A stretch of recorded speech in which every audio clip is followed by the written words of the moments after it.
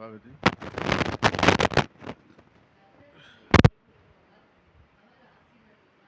போதும், ஜெபிக்கலாம். ஆண்டவரே, இந்த மாதத்துக்கு உண்டான வாக்குத்தத்தத்தை கொடுத்திருக்கிறதுக்காக ஸ்தோத்திரம். நீர் எங்களோடு பேசும் ஆண்டவரே, எங்களை மறைத்து வெளிப்படும் ஆண்டவரே, இயேசுவின் நாமத்தில் பிதாவே, ஆமேன். கர்த்தர் நம்மை நினைத்திருக்கிறார், அவர் ஆசீர்வதிப்பார். கர்த்தருக்கு ஸ்தோத்திரம். கர்த்தர் நம்மை நினைத்திருக்கிறார். அல்லேலூயா. கர்த்தர் மறந்து போகவில்லை, அவர் நம்மை நினைத்து கொண்டிருக்கிறார்.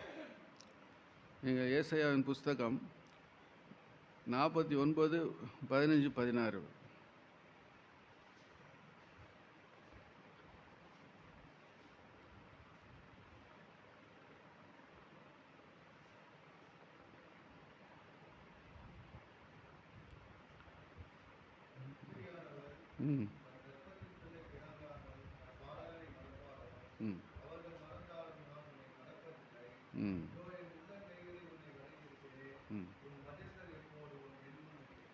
ஆமென்.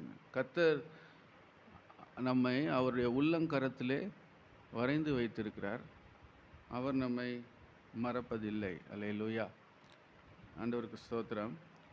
கர்த்தர் மறவாமல் நம்ம நினைக்கிறதுடைய காரணம் என்ன அப்படின்னா, ஆண்டவர் நம்மை ஆசீர்வதிக்கும்படியாக. யாரை கர்த்தர் ஆசீர்வதிக்கிறார் அப்படின்னு பார்த்தா, அவர் இஸ்ரவேல் குடும்பத்தாரை ஆசீர்வதிப்பாராம். அல்லேலூயா. யாரை ஆசீர்வதிக்கிற கர்த்தர்? இஸ்ரவேல், நம்முடைய ஆவிக்குரிய இஸ்ரவேலர்களையும் தேவன் ஆசீர்வதிக்கிறார். அதே போல் எருசலேம் ஜனங்களையும் ஆசீர்வதிப்பார். கர்த்தருக்கு ஸ்தோத்திரம். அதே போல் ஆரோன் குடும்பத்தார், கர்த்தருக்கு ஊழியம் செய்கிற ஊழியர்களை கர்த்தர் ஆசீர்வதிக்கிறார். அப்புறம் பாருங்கள், கர்த்தருக்கு பயப்படுற பெரியோரையும் சிறியோரையும் கூட அவர் கர்த்தர் ஆசீர்வதிக்கிறார். கர்த்தர் உங்களையும் உங்கள் பிள்ளைகளையும் கர்த்தர் வர்த்திக்க பண்ணுவார். அல்லேலூயா. தேவனுக்கு ஸ்தோத்திரம் உண்டாகட்டும். அப்போது இதெல்லாம் நடக்கணும் அப்படின்னு சொன்னால் கர்த்தர் நம்மை நினைக்க வேண்டும். அல்லேலூயா. இல்லையா? கர்த்தர் நம்ம நினைக்க வேண்டும். அதனால் ஆண்டவர் சொல்கிறாரு, நான் மறப்பதில்லை, ஸ்ரீயானவள் மறந்து போனாலும் நான் உன்னை மறந்து போவதில்லை என்று கர்த்தர் சொல்கிறார். இந்த சம்பவங்களை நாம் படிக்கும் பொழுது நோவா உடைய பேழை ஞாபகத்துக்கு வருகிறது. கர்த்தர் ஆதியாகம புஸ்தகத்தில் 8ஆம் அதிகாரம் அதிலே 1வது வசனத்தை நாம் படிக்கலாம்.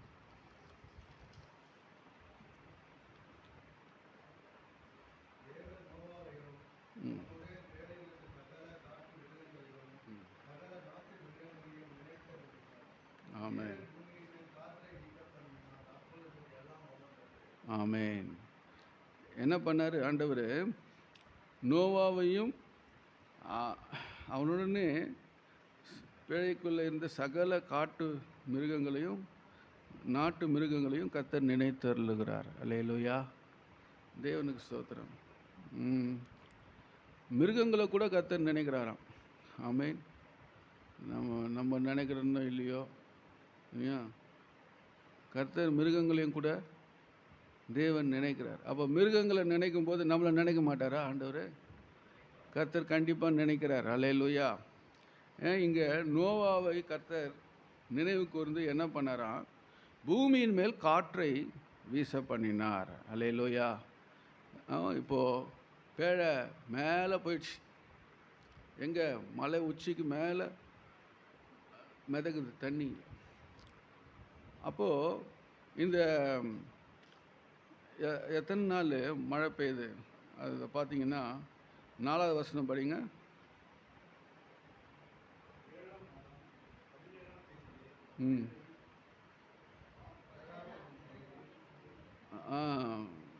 அரராத் என்னும் மலை, இப்போவும் அந்த மலை இருக்குது, அந்த பேழை அங்கே இருக்குது, கண்டுபிடிச்சிருக்கிறாங்க இல்லையா? ஒரே செடியும் புதருமா அந்த பேழை மேலே அப்படியே படர்ந்து இருக்குது. அந்த பேழையின் மேலே எத்தனையோ வருஷத்துக்கு முன்னாடி நடந்த அந்த சம்பவம் இப்போவும் கர்த்தர் அதை வச்சிருக்கிறார். கர்த்தருக்கு ஸ்தோத்திரம். அந்த மலையின் மேலே அந்த பேழை வந்து எப்போ நின்றுது பார்த்தீங்கன்னா 7ஆம் மாதம் 17ஆம் தேதி. கர்த்தருக்கு ஸ்தோத்திரம். பாருங்கள், எப்போ மழையை பெய்ய வச்சார் கர்த்தர், அதுவும் படிக்கலாம்.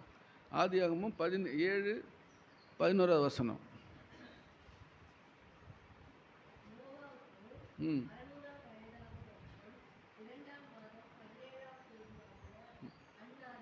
ம் ம் பார்த்தீங்களா, எப்போ மழையை வர வச்சார்னா நோவாவுக்கு 600ஆம் வயது ஆகும்போது 2வது மாதத்தில் 17ஆம் தேதி. பாருங்கள், இதில் வந்து நீங்கள் பார்த்தீங்கன்னா எல்லாம் 7லேயே முடியும். என்ன, 17ஆம் தேதியில் ஆரம்பித்தார். அப்புறம் 7வது மாதம் 17ஆம் தேதியில் பேழை போய் உட்கார்ந்தது. அதே மாதிரி 14வது வசனத்தில் 2ஆம் மாதம் 27ஆம் தேதியில் பூமி காய்ந்திருந்தது. எல்லாமே பார்த்தீங்கன்னா 7 முடிக்கிறார் கர்த்தர். அப்போது 7ன்னு வரும்போது ஏதோ ஒன்று கர்த்தர் செய்ய போகிறார். ஆமென். இப்போ என்னது, 7 மாதம் முடிஞ்சிச்சு. இப்போ 8வது மாதத்தில் ஒன்று செய்ய போகிறார் கர்த்தர். அல்லேலூயா. இங்கே பாருங்கள், 2வது மாதத்தில் ஆரம்பிச்சது. எப்போ அரராத் மலையில் நின்றுச்சு? 7வது மாதம். 5 மாதங்கள். 5 மாதம் தானே? 6 மாதமா? 5 மாதம் இல்லையா? 5 மாதங்களும் அந்த மலையின் மழை, அதாவது மேலே மதந்து கொண்டே இருந்தது. 5 மாதங்களும் இந்த நோவா பேழைக்குள்ளே அவர் காத்திருக்கிறார். அப்போ அந்த 5 மாதத்தில் கர்த்தர் என்ன பண்ணுறாரு? நோவாவையும் அந்த மிருகங்களையும் கர்த்தர் நினைத்தருளினார். ஹல்லேலூயா. எதுக்காக நினைச்சார் அப்படின்னா, உள்ளுக்குள்ளே என்ன பண்ணுறாங்க?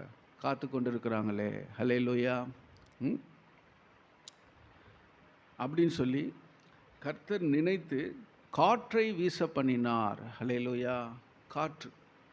காற்று என்ன பண்ணுது? ஜலத்தை எல்லாம் வற்றி போக பண்ணுது காற்று, இல்லையா? கர்த்தருக்கு ஸ்தோத்திரம். காற்றுக்கு அந்த பவர் இருக்குது.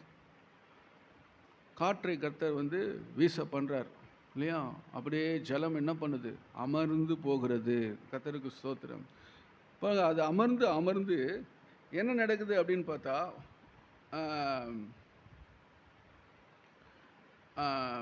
13வது வசனத்தில் 601 வயதாகும் வருஷத்தில் முதல் மாதம் முதல் தேதியில் பூமியின் மேல் இருந்த ஜலம் வற்றி போயிற்று. ஆமேன். அப்போ பாருங்கள், ஃபுல்லாக கம்ப்ளீட்டாக ஜலம் என்ன ஆயிடுச்சு? ஆமேன். அப்போ இந்த ஜலம் வற்றி போனதுன்னு அவன் என்ன செய்கிறான்? புறாவை அனுப்புகிறான். முதல்ல காகத்தை அனுப்புகிறாரு. காகம் போயிட்டு திரும்பி வந்துடுது. அப்புறமா புறாவை அனுப்புகிறாரு. 2 தடவை அனுப்புகிறாரு, 3 தடவை அனுப்புகிறார். 3வது முறை வரல. அப்போ என்னென்னச்சு, 2வது முறை வரும்போது ஒலிவ மர இலையை கொத்தின்னு வருது அது. அப்போது பூமியில் ஜலம் வற்றி போகுதுன்னு சொல்லி அறிந்து கொண்டார். அப்புறமா தான் என்ன பண்ணார்? இந்த நோவா மேல்தட்டை, இல்லையா, அதை நோவா பேழையின் மேல்தட்டை எடுத்து பார்த்தான். பூமியின் மேல் ஜலம் இல்லாதிருந்தது. ஹல்லேலூயா, இல்லையா? பாருங்கள், அப்போ என்னாச்சு? 2ஆம் மாதம் 27ஆம் தேதியிலே. அப்போ கிட்டத்தட்ட எத்தனை மாதம் பேழைக்குள்ளே இருந்தார்? 2ஆம் மாதம் எவ்வளோ நாள் இருந்தார் பேழைக்குள்ளே? கணக்கு போட்டு பார்த்துக்கிறீங்களா? இது வரலும் நம்ம நோவான்னு சொல்கிறோம். நோவா எத்தனை நாள் காத்திருந்தார் பேழைக்குள்ளே? சரியாக 1 வருஷம் 10 நாள். கரெக்டானு போய் செக் பண்ணிங்க. ஏதாவது மிஸ்டேக் இருந்தானே எனக்கு ஃபோன் பண்ணணும். எத்தனை வருஷம் எவ்வளோ நாள் இருந்தார்? 1 வருஷம். கர்த்தருக்கு ஸ்தோத்திரம்.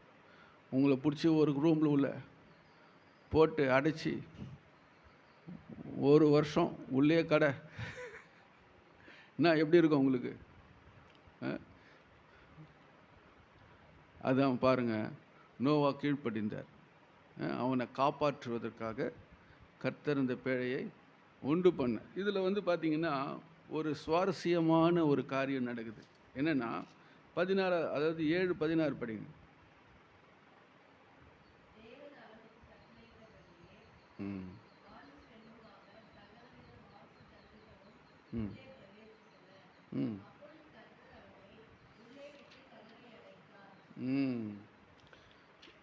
இப்போ கதவை நோவா கதவை அடிச்சாரா இல்லை கர்த்தர் கதவை அடிச்சாரா?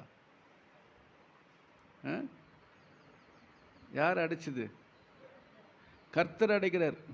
கதவை அடைக்கிறது. அடைச்சி தாப்பால் போட்டார். நோவா திறக்க முடியும்னு சொல்கிறீங்க? வசனம் என்ன சொல்லுது? வெளிப்படுத்தின விசேஷத்தில் 3ஆம் அதிகாரத்தில் வாசிக்கிறோம். அவர் பூட்டினா அவர் திறக்க முடியாது, அவர் திறந்ததை யாராலும் பூட்ட முடியாது. அந்த வசனம் படிங்க.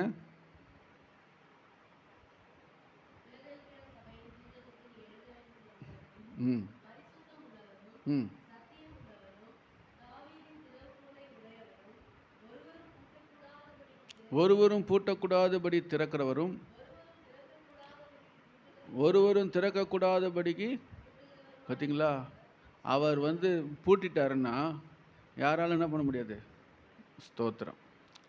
இப்போ இதில் பார்த்தீங்கன்னா நோவா காகத்தை அனுப்புகிறாரு, புறாவை அனுப்புகிறாரு. ஒவ்வொரு முறையும் அனுப்பும்போது ஒவ்வொரு சிம்டம் நடக்குது. அதுக்கப்புறமா தண்ணியெல்லாம் ஜலமெல்லாம் வற்றி போச்சா அப்படின்னு சொல்லி மேலே கப்பல் மேலே டாப்பில் ஏறி 3ஆவது தட்டுக்கு போயிட்டு மேலே இருக்கிற அந்த டோரை ஓப்பன் பண்ணி மேலே பார்க்குறாரு. ஃபுல்லாகவே ஜலம் ஆயிடுச்சு, அப்படியே வற்றி போயிருக்கு. சரி, ஜலம் தான் வற்றி போயிடுச்சே, ஜனவழியாக எகிரி குச்சிடலாம் அப்படின்னு எகிரி குச்சாரா நோவா? நம்மளாக இருந்தால் என்ன பண்ணியிருப்போம்? போடா எவ்வளோ நாள் உள்ளே உட்காந்துருக்குறது, வெளி காற்று கொஞ்சம் நேரம் வெளியில் போய் காற்று வாங்கலான்னு சொல்லிட்டு என்ன பண்ணுவோம்? அட்லீஸ்ட்டு இன்றைக்கி பார்த்தீங்கன்னா ட்ரெயின்லலாம் இந்த நார்த் இந்தியாவில் ட்ரெயின் மேலெலாம் தொங்கின்னு போகிறாங்க. ஃபுல்லாக மேலெல்லாம் உட்காந்துட்டு போகிறாங்க, ட்ரெயின் மேலெல்லாம், இல்லையா? அந்த மாதிரி அவங்களுக்கு என்ன பண்ண முடியல, பொறுத்து கொள்ள முடியல. பாருங்கள், நோவா பாருங்கள், ரொம்ப உண்மையிலேயே அப்ரிஷியேட் பண்ண வேண்டியது. ஜலமெல்லாம் வற்றி போய் காஞ்சி போச்சு, அதாவது அமர்ந்து போச்சு. அவர் அப்போ கூட என்ன பண்ணல, பேழையை விட்டு வெளியே வரல. ஹல்லேலூயா. கர்த்தர் கதவை திறக்கிற வரைக்கும் அவர் காத்திருந்தார். அன்பானவர்களே, நம்ம வாழ்க்கையிலையும் கூட ஒரு சில நேரங்களில் நம்ம டோரை கர்த்தரை அடைப்பார். நடாது, ஒன்றும் நடக்கலையே, எப்போ நம்ம வெளியே வருவோம் அப்படின்னு சொல்லி நம்ம நினைப்போம். இன்னும் காரியம், நம்ம எதிர்பார்த்த காரியம் இன்னும் வரல, கைக்குடி வரல, இன்னும் நடக்காமல் இருக்க, கதவு சாத்தியே இருக்குதே அப்படின்னு கர்த்தர் தான் அடைச்சிருக்கிறார். கர்த்தருக்கு ஸ்தோத்திரம். ஆனால் பாருங்கள், ஏன் கர்த்தர் அடைக்கிறாரு? இங்கே நோவாவை பார்க்கும்பொழுது அவர் ஆண்டவருடைய நாள் வரைக்கும் காத்திருந்தார். ஹல்லேலூயா. பாருங்கள், அந்த 16வது வசனம் 15-16 படிங்க.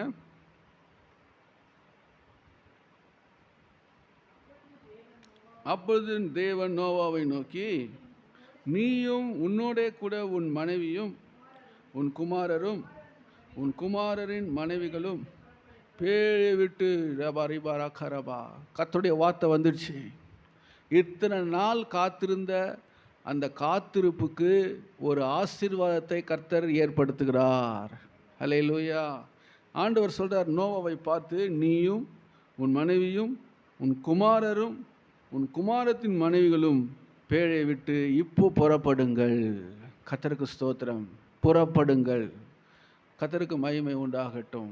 ஆமேன். அப்போது என்ன செய்ய போகிறார்? கர்த்தர் அவங்கள ஆசீர்வதிக்க போகிறார். ஹல்லேலூயா. அப்போ கர்த்தர் கதவை திறந்து அவர்களை வெளியே தேவன் கொண்டு வந்து கர்த்தர் அவர்களை வெளியே போகும்படிக்கு கர்த்தர் அவர்களை நடத்துகிறார். நடத்தின உடனே என்ன சொல்கிறார் அப்படின்னு கேட்டால், 9வது வசனம், 9ஆம் அதிகாரம் 1வது வசனம் படிங்க.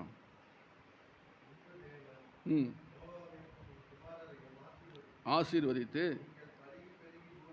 ஆமே, இதுதான் ஆசீர்வாதம், பெருக்கம். ஹல்லேலூயா. ஒரு காத்திருப்பு நாட்கள் முடியும் பொழுது அங்கே ஒரு பெருக்கத்தை தேவன் உண்டு பண்ணுகிறார். ஹல்லேலூயா. பாருங்க, நம்ம கர்த்தருக்காக காத்திருக்கும் பொழுது தேவன் வாசலை திறப்பார். மூடப்பட்ட வாசல்களை கர்த்தர் திறந்து உங்களை தேவன் பெருக செய்வார். ஹல்லேலூயா, ஹல்லேலூயா.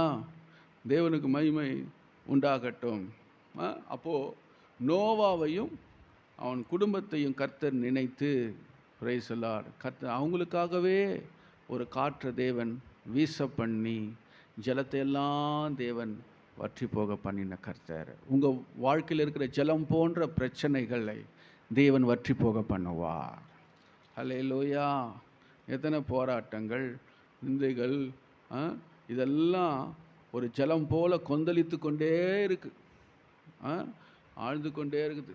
கர்த்தருக்கு ஸ்தோத்திரம். இவைகளெல்லாம் வந்தாலும் கர்த்தர் அந்த என்ன பண்ணுவார்? ஜலம் கொந்தளிக்காதபடிக்கு தேவன் காற்றை அனுப்பி அதை அடக்கி போடுவார். ஹல்லேலூயா. சீஷர்களும் படகிலே போகும் பொழுது அப்படியே கொந்தளிக்குது, அலை கொந்தளிக்குது, அப்படியே உள்ளே வருது, அலை உள்ளே மிஞ்சி வருது. அப்போ கர்த்தர் பார்த்து காற்றையும் கடலையும் இறையாதே, அமைதலாயிரு என்ற ஒரே வார்த்தை தான் அப்படியே அமர்ந்து போய்விட்டது. ஹல்லேலூயா. உனக்காக கர்த்தர் கொந்தளிக்கிற அலையும் அடக்குவார். பிரச்சனைகளை தேவன் எப்போ நான் கர்த்தருக்காய் நம்ம காத்து இருக்கிறீங்களே, கர்த்தருக்கு ஸ்தோத்திரம், கர்த்தர் இதை செய்வார் என்று சொல்லி எதிர்பார்த்து, ஆமேன். நோவாவுக்கு அப்படிப்பட்ட ஒரு எதிர்பார்ப்பு கண்டிப்பாக இருந்தது. ஸ்தோத்திரம். தேவன் எனக்காக அதை செய்வார் என்று சொல்லி அந்த பேழைக்குள்ளே இருக்கும்போதெல்லாம் யோசனை பண்ணியிருப்பாங்க. தேவனை துதிச்சு இருப்பார், தேவனை ஸ்தோத்திரம் மகிமைப்படுத்தி இருப்பார், தன் பிள்ளைங்கிட்ட சொல்லியிருப்பார், கர்த்தர் நம்மளை தேவன் ஆசீர்வதிக்க போகிறார். ஹல்லேலூயா. தேவனுக்கு மகிமை. அதுபோல் அந்த விசுவாசம், ஃபெய்த். ஏன் அந்த மாதிரி அப்படி இது பண்ணுறது சொன்னால், காத்திருப்பு, கர்த்தருக்கு காத்திருக்கிறது என்ன பண்ணுமா? சங்கீதத்தில் வாசிக்கிறோம் 29 கடைசி வசனம் படிங்க.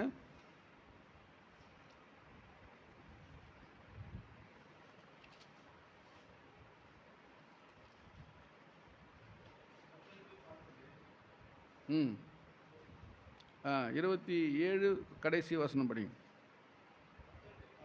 கர்த்தருக்கு காத்திரு, அவர் உன் இருதயத்தை ஸ்திரப்படுத்துவார்.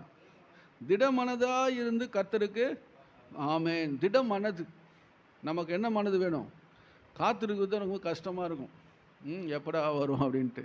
நெடுநாள் காத்திருப்பது இருதயத்தை இளைக்க பண்ணுமா, வசனமே சொல்லுது. ஆனால் விரும்பினது வரும் பொழுது அது எப்படி இருக்குமா? ஜீவ விருட்சம் போல நமக்கு இருக்குமா. ஹல்லேலூயா. அப்போ ஏன் இந்த காத்திருப்பு செய்கிறாருன்னா, தம்முடைய இருதயத்தை என்ன பண்ணுறாரு? அவர் ஸ்திரப்படுத்துகிறார். ஹல்லேலூயா. இருதயம் ஸ்திரப்படுவது நல்லது. சரி, ரெண்டாவது காரியத்தை நம்ம பார்க்கும் பொழுது, ரெண்டாவது சங்கீதம் 40:17. சங்கீதம் 40.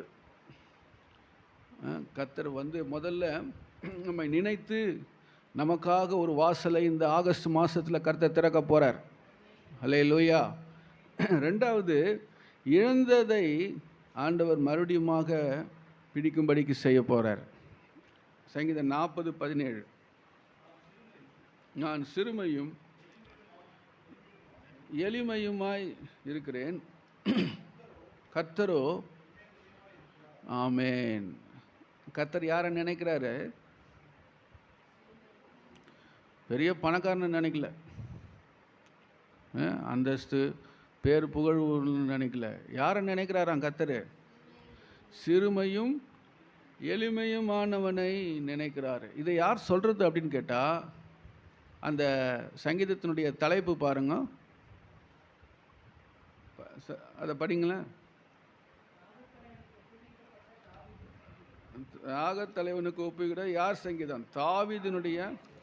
ஆமென். தாவீது சொல்றார், நான் சிறுமையும் எளிமையுமானவன் என்று சொல்லி. ஒரு முறை தாவீது அரசாட்சியை விட்டு அவர் காட்டுக்கு போகிறார். காரணம், தன்னுடைய சொந்த குமாரனே அப்சலோம் அவனை பழிவாங்க வேண்டும் என்று சொல்லி பார்க்கிறான். அப்போது கால்நடையாக அவர் நடந்து போய் கொண்டிருக்கும் பொழுது சிமேயி என்கிறதான ஒரு மனுஷன் என்ன பண்ணுறான்னா, தாவீதை அவன் தூற்றிக்கொண்டே சபித்து கொண்டே வரான்.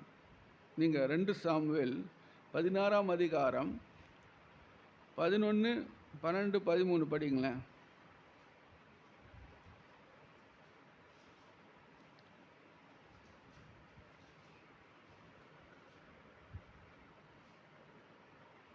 ரெண்டு சாமுவேல் 16, 11 படிங்க.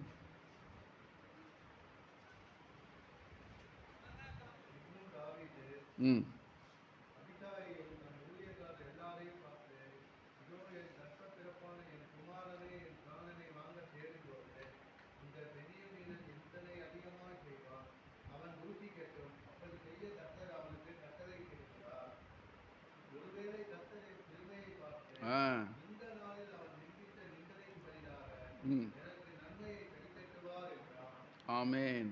என்ன சொல்றாரு? ஒருவேளை கர்த்தர் என் சிறுமையை பார்த்து இந்த நாளிலே அவன் நிந்தித்த நிந்தைக்கு பதிலாக எனக்கு நன்மை சரி கட்டுவார். ஹல்லேலூயா. பார்த்தீங்களா, கர்த்தர் மேலே தாவீது ஒரு நம்பிக்கையாக வச்சிருக்கிறார். பாருங்கள், அந்த சிமை என்ன பண்ணுறான் பாருங்கள். அப்படியே தாவீதும் அவன் மனுஷரும் வழியே நடந்து போனார்கள். சிமையையும் மலையின் பக்கத்திலே அவனுக்கு எதிராக நடந்து தூஷித்து, பார்த்தீங்களா, முதல்ல தூஷிக்கிறான்.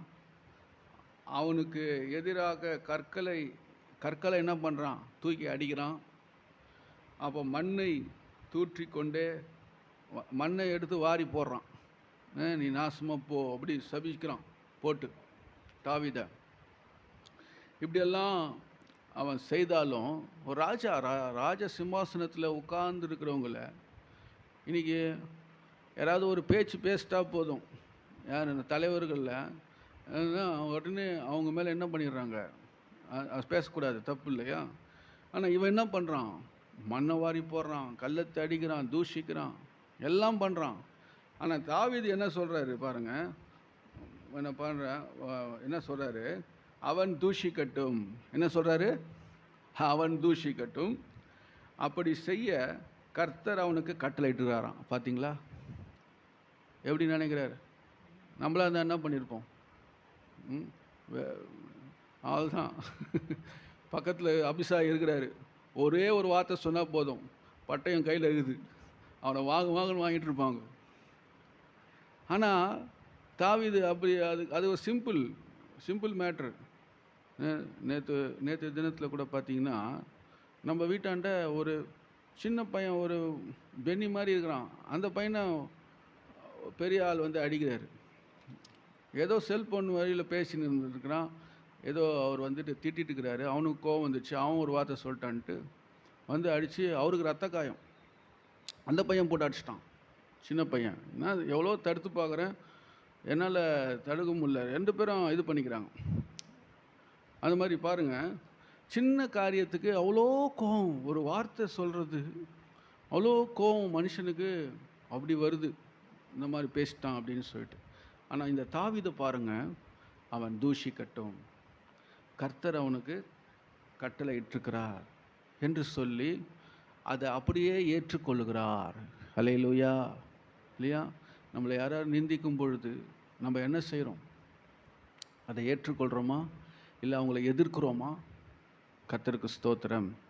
பாருங்கள், அவன் தூஷிக்கட்டும், கர்த்தர் அவனுக்கு கட்டளை இருக்க. இப்படி அவன் கர்த்தர் மேலே தன் கண்களை பதித்து வைத்திருந்ததுனால கடைசியில் என்ன நடந்தது அப்படின்னு பார்த்தா, 2 சாமுவேல் 20ஆம் அதிகாரம் 22வது வசனம்.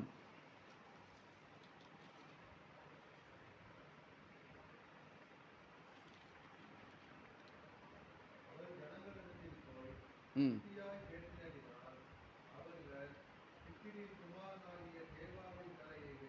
ம்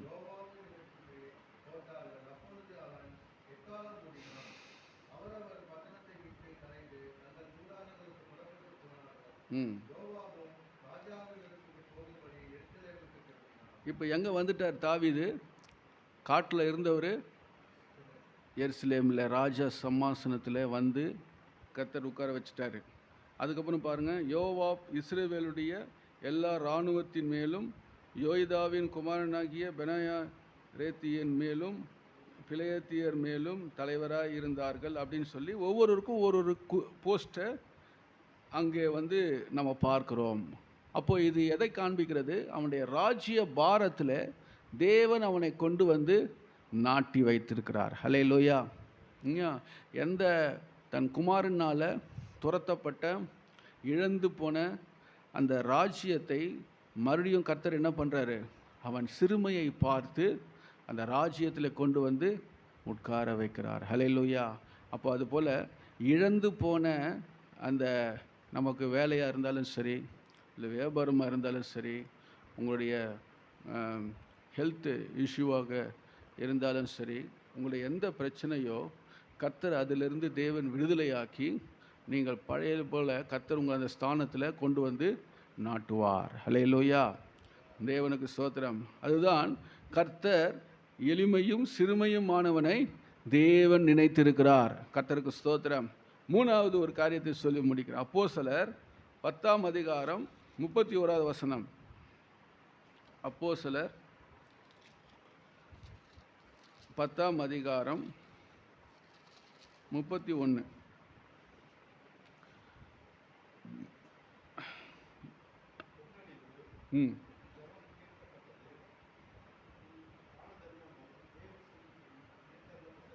ஆமேன்.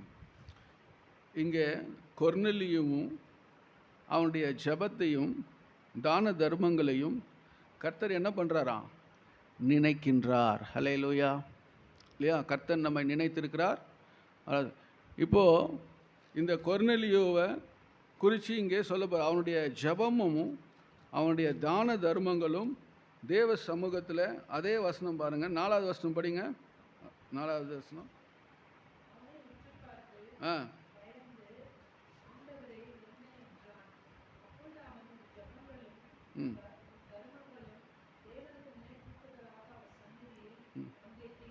இது எதை காண்பிக்கிறது அப்படின்னா, கர்த்தருக்காக செய்கிறதான காரியம் இல்லையா? கர்த்தருக்காக ஜெபம் தான தர்மங்கள்லாம் கர்த்தருக்குரிய காரியம், கர்த்தருக்காக செய்கிற அவன் காரியம். அப்படி அவன் செய்யும் பொழுது தேவன் அவனை வெறுமையாய் விடவில்லை. என்ன பண்ணுறாரு? கர்த்தர் கொர்நேலியுவை தேவன் நினைக்கின்றார். ஹல்லேலூயா. கர்த்தருக்கு ஸ்தோத்திரம். கொர்நேலியுவை தேவன் நினைக்கிறார். நினைச்சு கர்த்தர் என்ன செய்கிறார் அப்படின்னு கேட்டால், அதாவது பேதுருவை தேவன் என்ன பண்ணுறாராம்? கொர்நேலியுவிடத்திலே அனுப்புகிறார். அந்த வசனத்தை நம்ம படிக்கலாம். 5வது வசனமும் 6வது வசனம் படிங்க.